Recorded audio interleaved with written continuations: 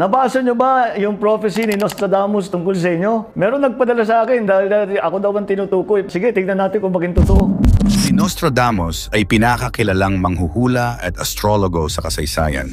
Ang kaniyang mga hula ay naging controversial dahil karamihan sa kaniyang mga hula ay misteryoso at nakakatakot. Mula sa kaniyang aklat na Le Prophéties, isinulat niya dito ang kaniyang mga pangitain sa pamamagitan ng mga tula na kilala bilang quatrains. Maraming henerasyon na ang nagpatotoo at pinaniniwalaan ng tagasunod niya na si Nostradamus ay nakapredict at nakahula umano ng maraming mahahalagang pangyayari sa kasaysayan tulad ng pag-usbong ni Adolf Hitler, pagkakaroon ng COVID-19, pag-atake sa Pearl Harbor, ang pambobomba ng atomika sa Hiroshima at Nagasaki, Japan, at marami pang iba na tila naging makatotohanan. At ayon sa mga eksperto sa bawat taon o siglo, ay mayroon itong matitinding hula.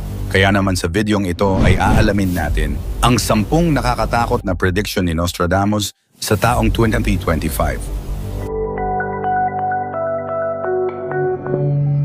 Pang-10, paglawak at pamamayagpag ng bansang China.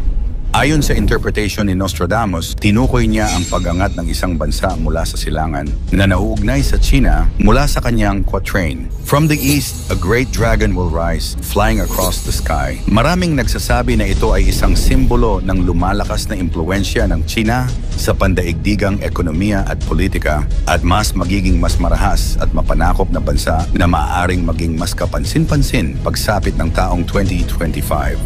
Pang-9, natural disasters at pagbabago ng klima o climate changes. Ipinapakita ng ilang quatrain ni Nostradamus ang matinding mga pagbabago sa kalikasan, panahon at kapaligiran, kabilang na ang malalakas na bagyo at mga lindol. Mula sa kaniyang quatrain, the earth will shake in the new city and the earth will open up in several places. Binibigyang kahulugan ng kanyang tagasunod bilang pagtaas ng mga natural na sakuna sa iba't ibang bahagi ng mundo, gaya ng malalakas na lindol at bagyo, baha at matinding init sa mga bansa, kasama na ang mga pagbabago sa klima na magdudulot ng higit pang sakuna. Pang-8, pag-usbong ng teknolohiya at artificial na intelihensya o ang AI. Sa pagbabago ng teknolohiya sa mundo, nabago rin ang takbo at pamamaraan ng buhay ng mga tao. Napabilis at napagaan ang kanilang trabaho, ito ay dahil sa artificial intelligence o AI. Ang pag-usbong ng makabagong teknolohiya at AI ay mula umano sa propesiya ni Nostradamus ayon sa nag-i-interpret ng ilang quatrain ng manghuhula na tumutukoy sa kaniyang quatrains. The new machine man will rise, blending with the natural world. Sa pag-usbong ng AI at ang potensyal na pagsasama ng mga makinarya at tao sa hinaharap ay lalong mangingibabaw. Pang-7, pagbabalik ng monarkiya. Sa mga hula ni Nostradamus sa kaniyang quatrain na nagpapahiwatig ng pagbabalik ng isang leader mula sa nakaraan o isang bagong uri ng monarkiya. A king will be restored who will rule for long. Maaaring tumukoy ito sa muling pag-usbong at paghahari ng isang monarkiya o isang bagong leader na mamumuno sa mga darating na taon.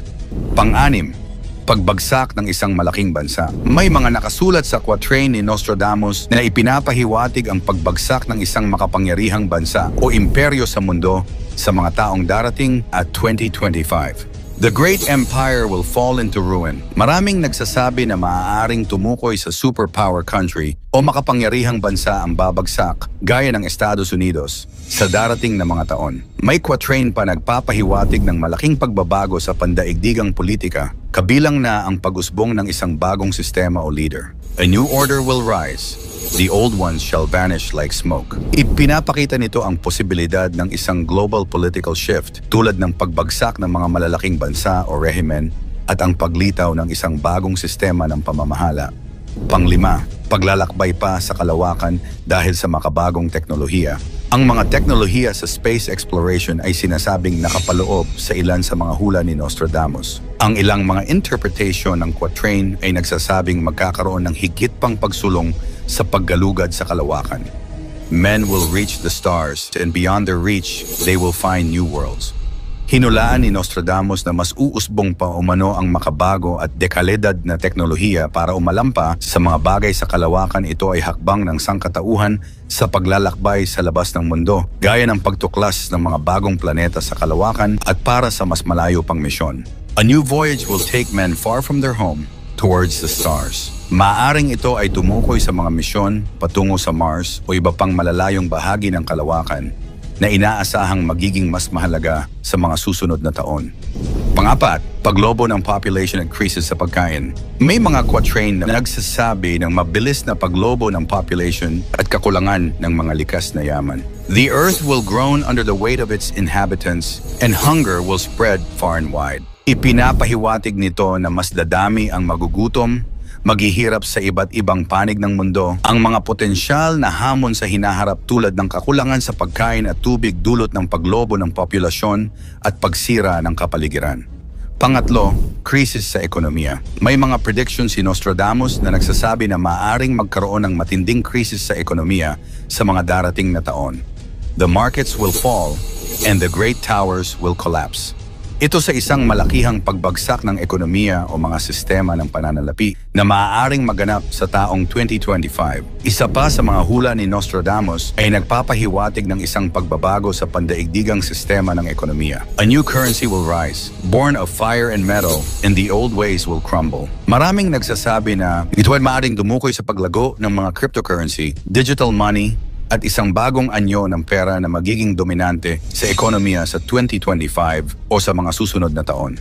Pangalawa, pag-usbong ng bagong uri ng paggamot o medisina. Hindi lahat ng hula ni Nostradamus ay puro nakakatakot at panganib. Meron din nakalagay sa ilang quatrain na nagsasabi tungkol sa malaking pagbabago o pagkatuklas sa medisina. In the age of iron and silicon, a new healing method will emerge. Ang hulang ito ng astrologo ay posibleng tumukoy sa mga bagong teknolohiya sa medisina tulad ng bioengineering, gene therapy, o advanced na AI sa larangan ng kalusugan na maaaring lumabas sa taong 2025. At ang una, World War III, o ang ikatlong digmaang pandaigdig.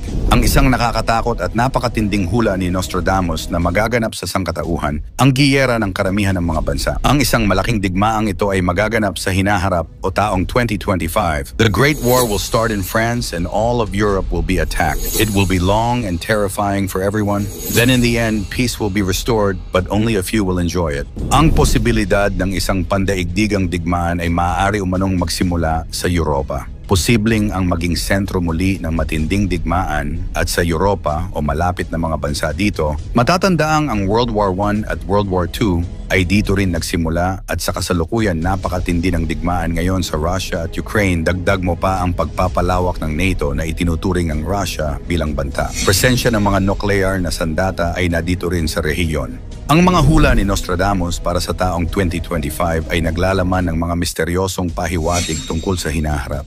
Bagamat ang mga pahayag ay kriptiko at hindi malinaw, maaaring magbigay ito ng babala at pagiging handa. Mangyari man o hindi ang mga hula ni Nostradamus, isa lang ang dapat nating paniwalaan at sampalatayanan. Ito ang nag-iisa nating kataas-taasang Diyos. Ikaw, ano ang masasabi mo sa mga hulang ito ni Nostradamus? Sa 2025, ikomento mo naman ito sa ibaba. Huwag kalimutang i-like at share. Maraming salamat at God bless.